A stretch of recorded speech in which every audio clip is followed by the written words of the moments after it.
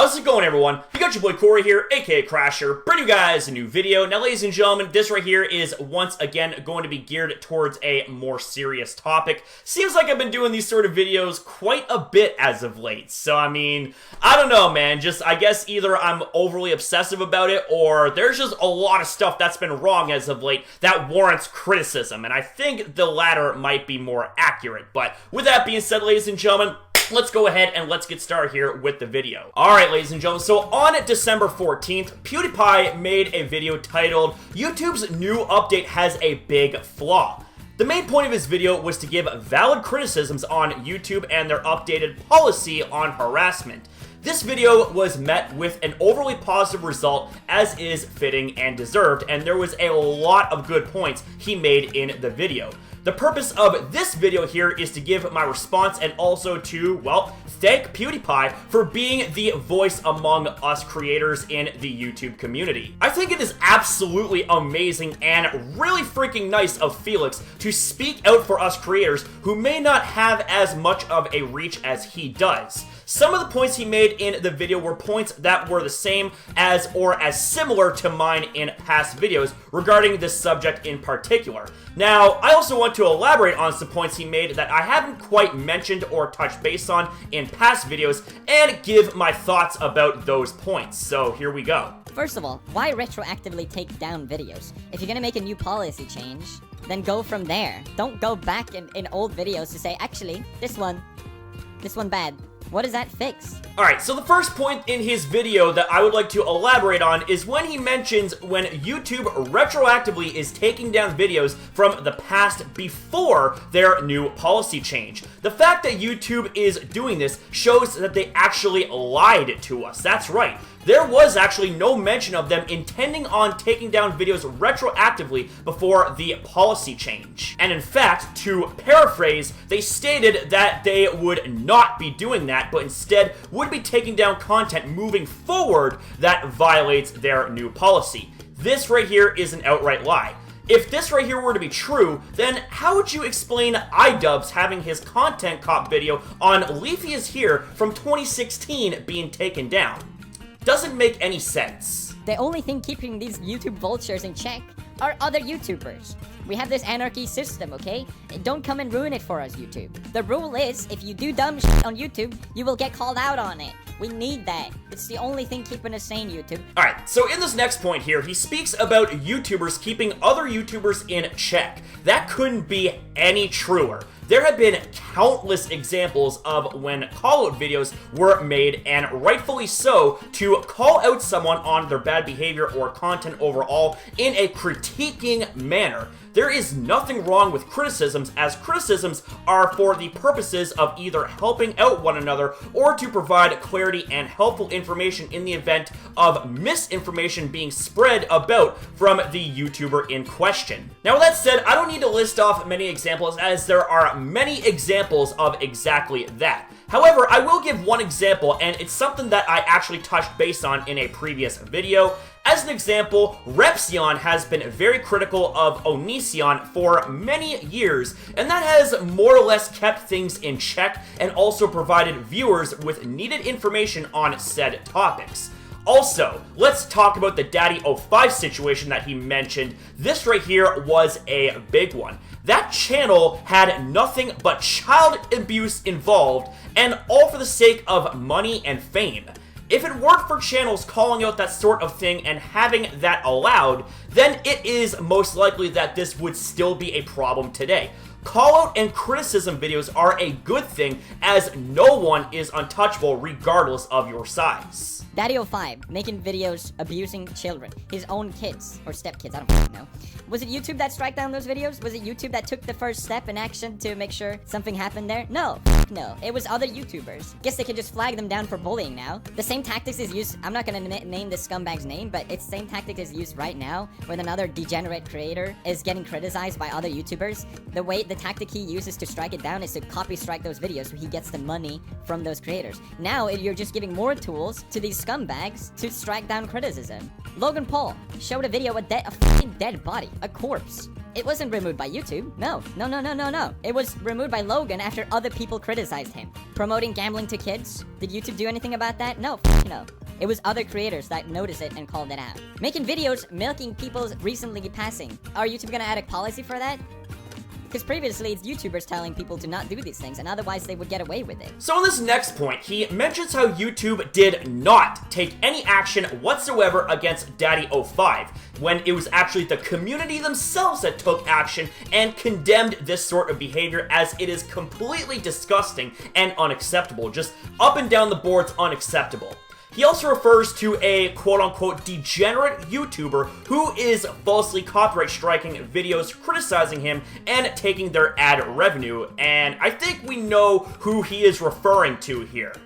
Anyways, these new policy changes, as I have mentioned previously, can and most likely will be abused by creators who want to silence their haters and criticisms against them. Also, another example of YouTube not doing anything about an objectively bad thing that stirred a ton of controversy was when Logan Paul, yes, we're talking about this guy again, but Logan Paul made a video in the suicide forest and actually had a dead body on film and actually had the unmitigated stupidity and nerve to upload that to YouTube.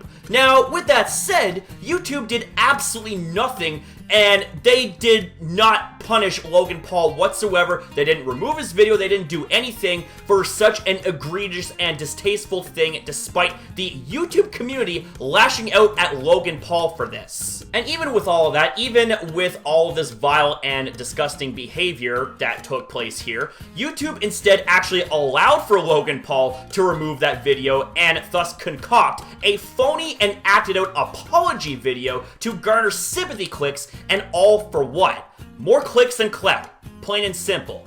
There was also the CSGO gambling scandal that went on, and YouTube themselves also did nothing despite it being gambling and it being accessible to children. It was the community themselves, yet again, who called it out and took action.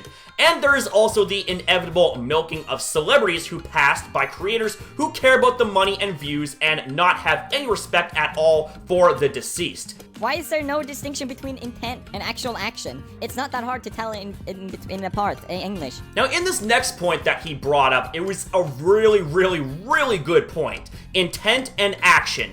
This is actually something that I made a brief mention in on my past video, but to reiterate the importance here of this point, we will talk about it some more. YouTube needs to understand that intent and impact are two separate things. As an example, you have someone who could make a joke or satire out of something, and it doesn't involve objective bullying or threats against that person's life. However, with this flawed system, that creator could get taken down and punished for their video, even though their video had no malicious intent. This also goes back to what I said earlier on about how this could be abused to silence criticisms. And this right here could be no exception. A lot of people raise the question, I've seen other YouTubers being like, okay, so why can't late night show hosts, make fun of Donald Trump as an example, because they're pretty relentless with it, to a point where it just stopped being funny years ago. But apparently, it's an American media rule, this is just what I've heard, that says that you can ridicule public figures. That's fine. Thank God. Thank God. Public figures are still up to ridicule. Aren't we all public figures on YouTube? Isn't that the point? This doesn't make sense to me. Why do they get a pass and some don't? It seems very selective. If someone understands, explain to me. I don't understand this. It should be the same. And to summarize this, I think it seems the same case for a lot of YouTube's update, where the intention is good. I don't think people should get attacked for their sexual identity but it's always like, this is what we want to strike down, and then all these other things and consequences is the result of it. And I don't understand how that happens every time. It's like COPPA wasn't enough. There's no kids content on YouTube. And there's no edgy content anymore on YouTube. But what we have here, encapsulated, it's very nice, delicious, stale content. Tastes so stale. Lights Akoshi. Lily sings. It's so boring. But it's so media friendly. Right, so now let's talk about public figures. Public figures put themselves out there, and depending on the situation, what is said, what is done, etc., they can be criticized for what happens. Being a YouTuber of a reasonable size, you could actually be deemed as a public figure. This is also selective to some because as YouTubers, we all should have the right to criticize someone and also to be held to the same standards. It also doesn't help that we have late-night talk show hosts like Jimmy Kimmel, Stephen Colbert, Jimmy Fallon, and more get to talk about anything they want and monetize it and get away with it just because of them being a public figure. But oh no, when someone who isn't as big does the exact same thing, they get punished. We have seen the same thing happen before. So let's take the Casey Neistat and Jimmy Kimmel situation as an example here. Casey Neistat made a charity video based on a real-life tragedy, and yet he gets hit for it with demonetization, but yet Jimmy Kimmel is somehow allowed to talk about it and have ads on the video, and not to mention also free promotion as well, due to the fact that he is a public figure. Casey Neistat made a video about the Las Vegas shooting. He said, literally a video about charity, where I state all AdSense is going to that charity. YouTube says not suitable for advertisers. We love what you're doing to help, but no matter the intent, our policy is to not run ads on videos about tragedies. It's their policy, and it doesn't matter what's your intent. Let's hop on over to Jimmy Kimmel, who did, in my opinion, have a very powerful monologue on his show. Jimmy Kimmel on the mass shooting in Las Vegas. I'm a huge fan of Jimmy Kimmel, and I agree with him, actually. But I'm also a big fan of free speech. YouTube, if it's your policy to not run ads on videos about tragedies, no matter the intent, then how do you explain this? Jimmy Kimmel on mass shooting in Las Vegas. GMC ad. Here's an ad for the new Blade Runner movie. And it's #1 on trending, okay? Yesterday, iDubbbz made a video that got 10 million views in the first day. Didn't get a blip on trending. So they not only made the conscious decision to put ads on this video in contradiction of their own statement, they've also decided to trend it #1. Yeah, completely trash in my opinion. This here is showing that YouTube, yet again, does not care about real and organic content creators that made YouTube famous in the first place, but now would rather stifle out that creativity and originality and shove media-friendly content down our throats as if we are simply supposed to sit there and be told what we are allowed to watch.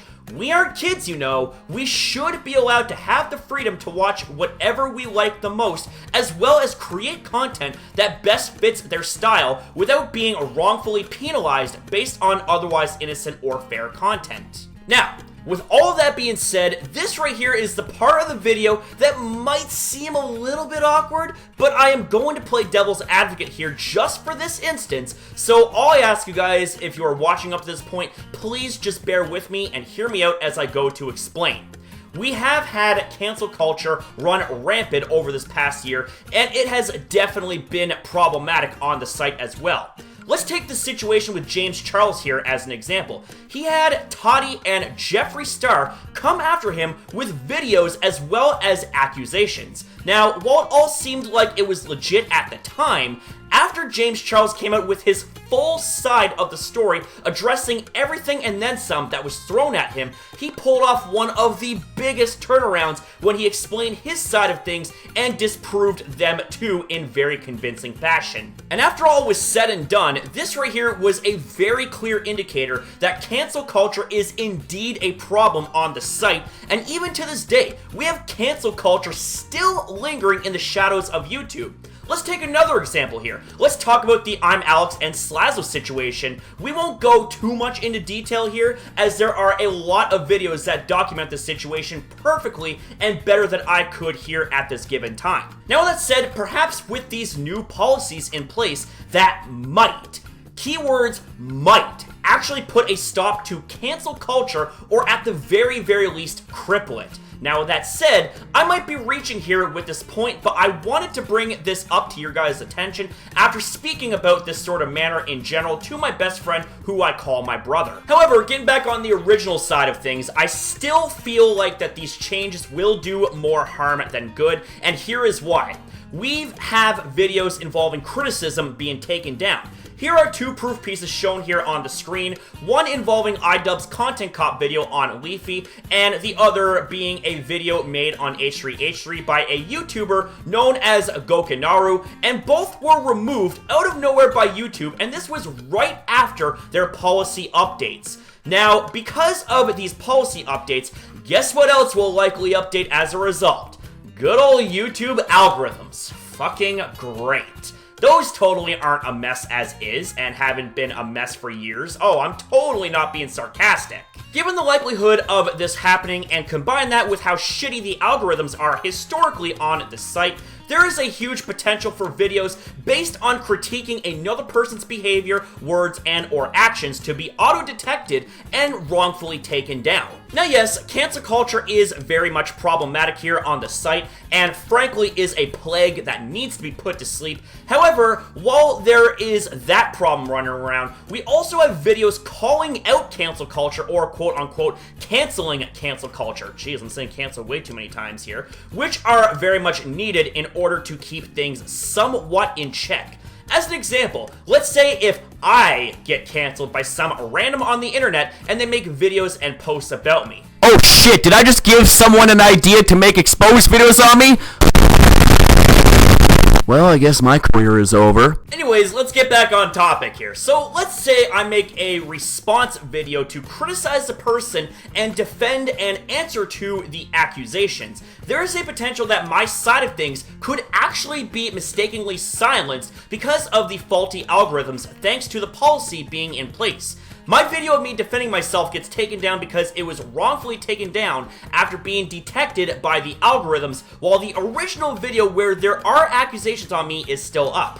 Do you see the issue here? Yes, cancel culture could be stopped. It could be stopped or crippled thanks to these changes. They could, but then again, so could videos criticizing cancel culture and calling out what needs to be called out. Anyways, with all that being said, ladies and gentlemen, I want to apologize for this being so bloody long-winded, but I feel like this thing is a much bigger deal than I had thought of before. So that's all I have to say regarding this topic for now, anyways, but I will link you guys to several videos that do an amazing job covering this topic on YouTube and their updated policies on harassment.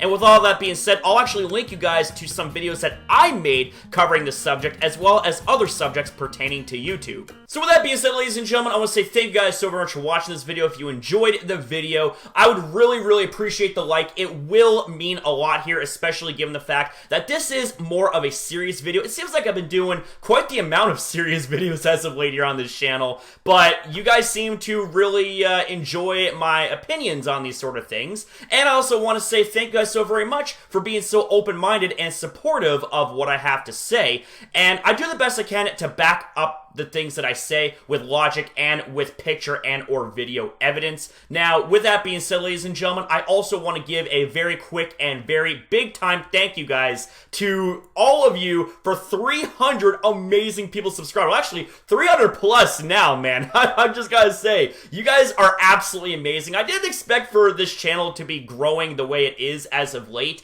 Yeah, sure, it's not nowhere near as big as my main channel, but I mean, still, I gotta say, I really appreciate the support here on this channel as well, as I am a little bit more free to kind of talk about whatever I want here in this channel. So I want to say thank you guys so very much for supporting my opinions and my ability to criticize things when they are warranted. I really truly appreciate that, guys. So with that being said, I want to say thank you guys so very much for watching. If you did enjoy the video, leave a like, as this will be very much appreciated. We got to get these sort of videos out there for the message sake. You know what I'm saying? We got to get the message out there. Spread it like wildfire, man. Spread the message out there. Share this with all your friends. Share it with your family. Share it on Twitter. Share it on Facebook. Share it on Discord. Hell, talk about it on YouTube, you know, not this video directly, but talk about these sort of things on YouTube, you know? You have a voice, you're free to use it, you know what I'm saying? Because you will have an audience that will listen.